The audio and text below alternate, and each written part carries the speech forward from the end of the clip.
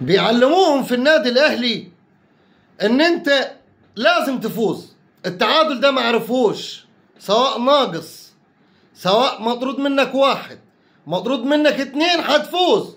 الخصم اللي قدامك ضعيف، الخصم اللي قدامك قوي، هتفوز.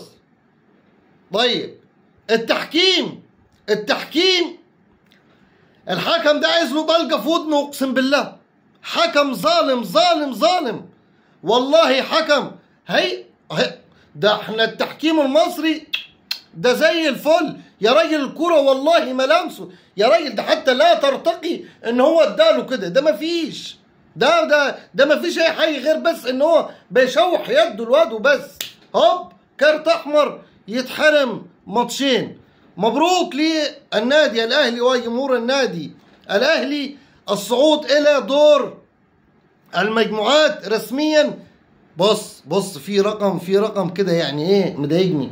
من سنة 2005 لحد 2025 النادي الاهلي ما بيجليش دور المجموعات، وده رقم قياسي. احنا عندنا في نادي الزمالك دور ال 32 ده دور ابن 60 في 70.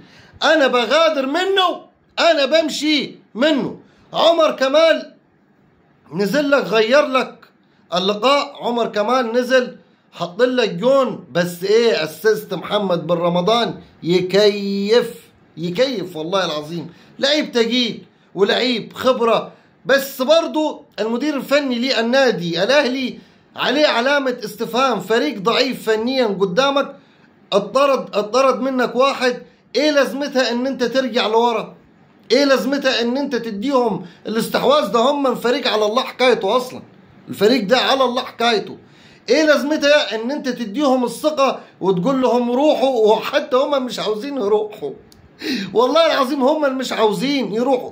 اول ما النادي الاهلي غير شوية والاوامر جات من بره من الجهاز الفني، اضغط وامسك الكورة، خلاص الفريق ده راح في خبر كان. ده حتى عندهم الباص والتسلم زيرو. بس النادي الاهلي بيعرف يخلص لك الماتشات دي. هتقول لي اداء النادي الاهلي وحش، وربنا يستر من البطولة ال 13 دي.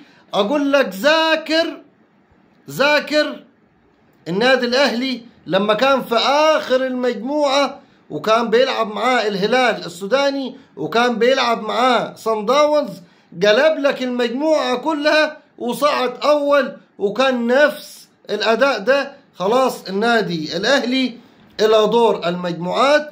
وطبعا اكيد المدير الفني ابو بدله شيك، يا ابو بدله جنان، ابو عيون زرقاء، اكيد حيعرف يعني يزنق اللعيبه دي ويقول لهم العبوا احسن من كده. جمهور النادي الاهلي كان رقم واحد النهارده.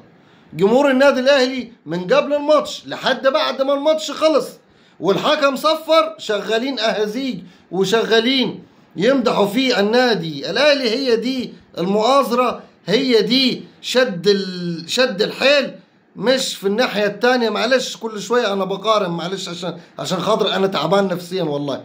الناحية التانية من اول الماتش لنهاية الماتش شغالين ماسكين لاعب صغير في السن 18 سنة وهاتك فيه دعك وهاتك فيه شتيمة. هي دي اللي بتفرق شوية. سلام عليكم.